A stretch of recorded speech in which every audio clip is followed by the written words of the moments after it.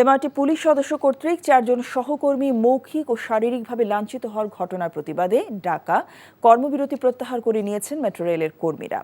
সকাল থেকে কর্মীরা কর্মবিরতি শুরু করলেও মেট্রো রেল চলাচল স্বাভাবিক ছিল, যদিও দিনের শুরুতে কোনো ধরনের টিকিট ছাড়াই যাত্রীরা চলাচল করেছেন। আন্দোলনকারীদের পক্ষ থেকে জানানো হয়েছে, যাত্রী হয়রানির কথা বিবেচনা করে কর্মবিরতির মধ্যেও সেবা দানও অব্যাহত রাখেন তারা। সকাল 10টার দিকে মেট্রো স্টেশনগুলোর সেবা স্বাভাবিক হয়। ঢাকা মাস ট্রানজিট কোম্পানি লিমিটেডের কর্মকর্তা ও কর্মচারী ব্যানারে পাঠানো প্রেস বিজ্ঞপ্তিতে জানানো হয়, রবিবার বিকেল 5:15টায় 2 জন মহিলা বিনা টিকিটে ট্রেনে ভ্রমণ করে এসে ইএফও অফিসের পাশে থাকা সুইং গেট ব্যবহার করে পেইড জোন থেকে বের হতে চান। দায়িত্বরত সিআরএ নিয়ম অনুযায়ী তাদের সেখান থেকে পিজি গেট ব্যতীত সুইং গেট দিয়ে বের হওয়ার কারণ জানতে চাইলে পুলিশের কিছু সদস্য উত্তেজিত হয়ে তর্কে লিপ্ত হন।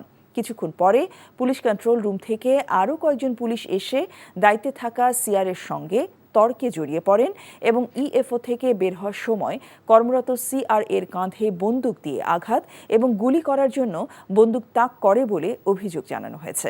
আজকের ভেতর দোষীদের ব্যাপারে ব্যবস্থা না নিলে কর্মবিরতি চালিয়ে যাবার হুমকি দেন মেট্রো রেল কর্মীরা।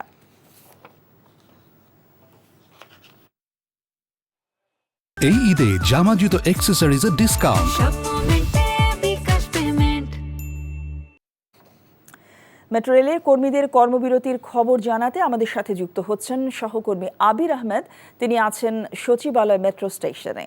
আবির, কর্মসূচি প্রত্যাহারের ব্যাপারে কি খবর আছে আপনার কাছে?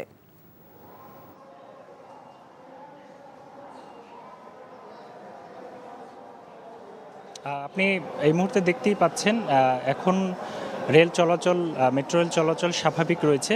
রাজধানীর বেশ কয়েকটি স্টেশনে ঘুরে যেটি দেখেছি, সকাল থেকে কিছু সময়ের জন্য মেট্রো স্টেশন তারা কর্মবিরতি পালন করে থাকলেও কিন্তু মেট্রো রেল চলাচল স্বাভাবিক ছিল।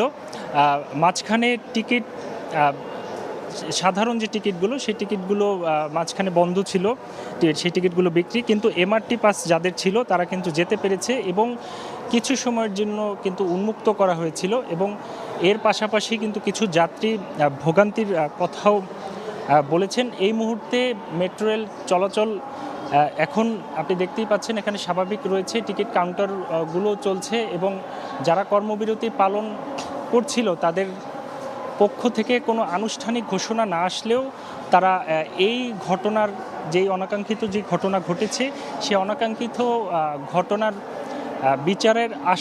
দ্রুত বিচারের আশ্বাসে কিন্তু তারা এখন তাদের কাজ সঠিকভাবেই করছেন। এবং আরেকটি বিষয় জানিয়ে রাখি যে এই ঘটনাকে কেন্দ্র করে কিন্তু রেল উপদেষ্টার দুপুর 3টার দিকে তার এই বিভিন্ন স্টেশন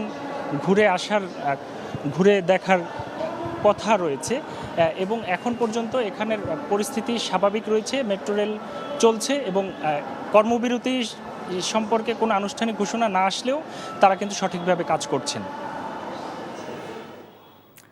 দর্শক, জানছিলাম মেট্রো রেলের কর্মীদের কর্মবিরতির খবর। এই ঈদে জামা জুতো অ্যাক্সেসরিজের ডিসকাউন্ট।